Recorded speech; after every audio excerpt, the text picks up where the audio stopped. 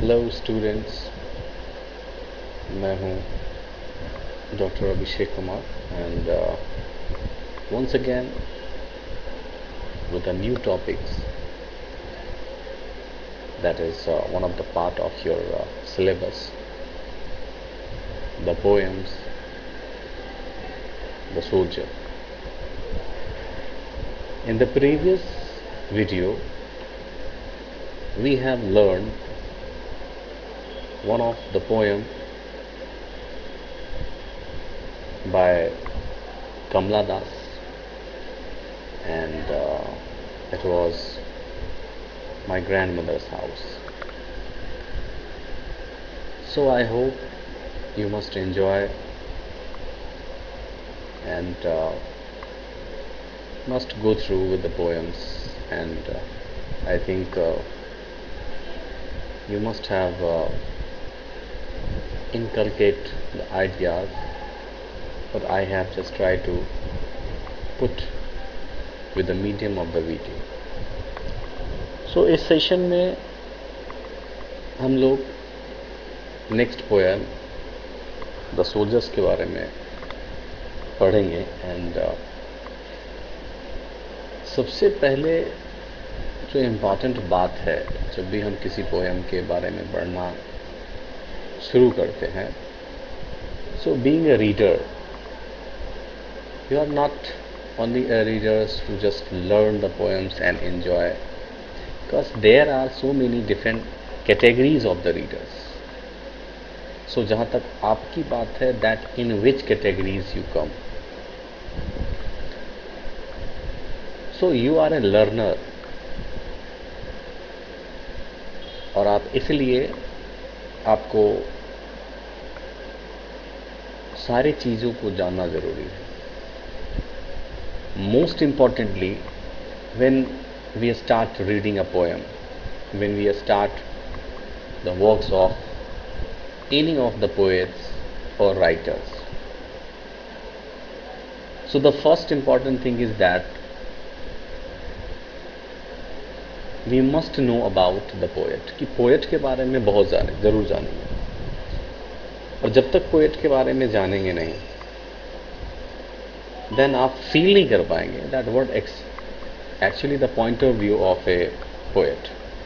Then the age, कि वो किस एज से बिलोंग करता है. फिर the relevance, कि पोएट का उस पोएम से क्या रेलेवेंस है. What exactly and how the emotions in the form of words came into his mind and what exactly he wants to just pour before the readers. क्या वो आपके सामने प्रेजेंट करना चाहता है, ये हमारा इंटेंशन होना चाहिए.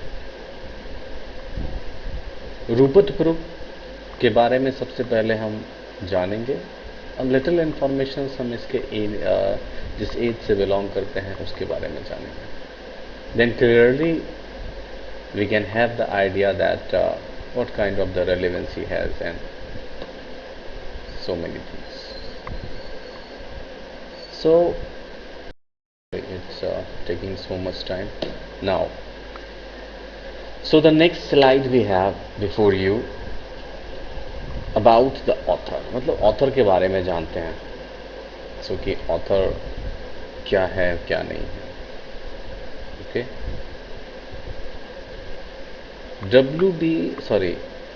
रूपर्ट ब्रुक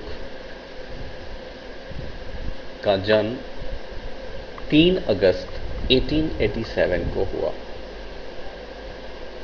वॉरविकशायर इंग्लैंड में एक जगह है, यहाँ इनका जन्म हुआ है. फॉर्मल एजुकेशन इनका जो है वो रग्बी स्कूल में हुआ है. इनके वालिद साहब इनके फादर एक रग्बी स्कूल्स के मास्टर थे. पर्सनालिटी के बारे में हमें जानना बहुत ज़रूरी है. नॉट एग्जैक्टली कि क्यों हम इनके पर्सनालिटी के बारे में, that personality that means what kind of character he was, इससे मतलब नहीं है।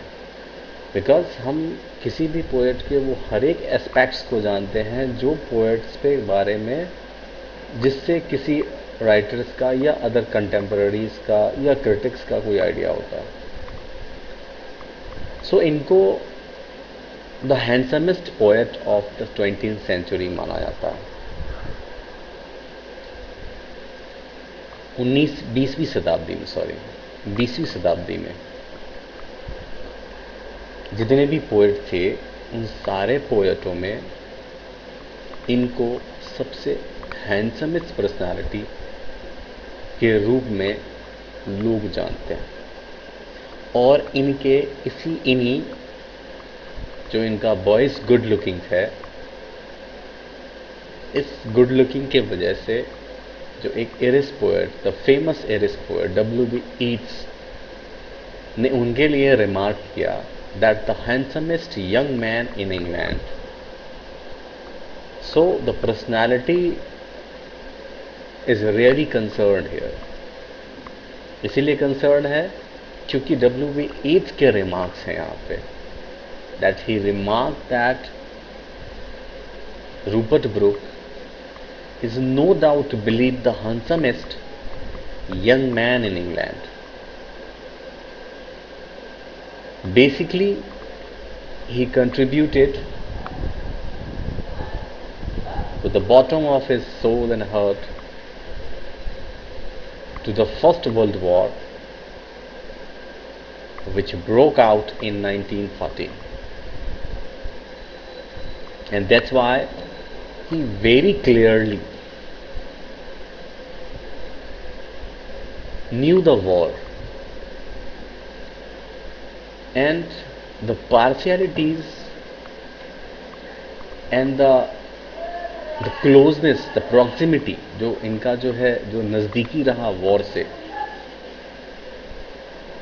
अगर आप वॉर की बात करते हैं तो वॉर के साथ साथ इनके साथ जो टर्म्स आते हैं, या किसी भी वॉर में वो जो टर्म आएंगे, डेवास्टेशंस टर्म आएंगे, बर्बादी, तबाही, नुकसान वगैरह वगैरह। फिर पैशन भी दिखते हैं, और जो मोस्ट इंपॉर्टेंट है दैट इज द पैट्रियटिज्म, देशभक्ति की भावना। सो इन्होंने अपने डिफरेंट टाइप्स ऑफ पोएम में 1914 एक सोनेट्स इन्होंने लिखा है, एंड 1915 में ये पब्लिश्ड हुआ था आई थिंक। सो उस सोनेट्स कलेक्शंस में इन्होंने पैट्रियटिज्म्स को इतनी क्लियरली जो है रिप्रेजेंट किया है, then you can't believe that, because patriotisms की बात करेंगे तो सभी पीपल्स का अपने देश के प्रति एक पैट्रियोटिक फीलिंग्स होता है, और उस फीलिंग को इन्होंने रिप्रेजेंट किया। And it was his contributions for the war, for the nations. He created his own an idealized image जब ये फर्स्ट वर्ल्ड वॉर में ही इनकी मृत्यु, वर्ल्ड वॉर के दौरान इनकी मृत्यु हो जाती है। And at the age of 27 his journey to this planet has over. So अब इसको रिलेट अगर करेंगे द सोल्जर से, then you can understand that कि अब इससे पता चलेगा कि वो वॉर को कितना क्लोजली जानते हैं, एंड उस वॉर पोएम में किस तरह की फीलिंग को इन्होंने रिप्रेजेंट किया। Thank you.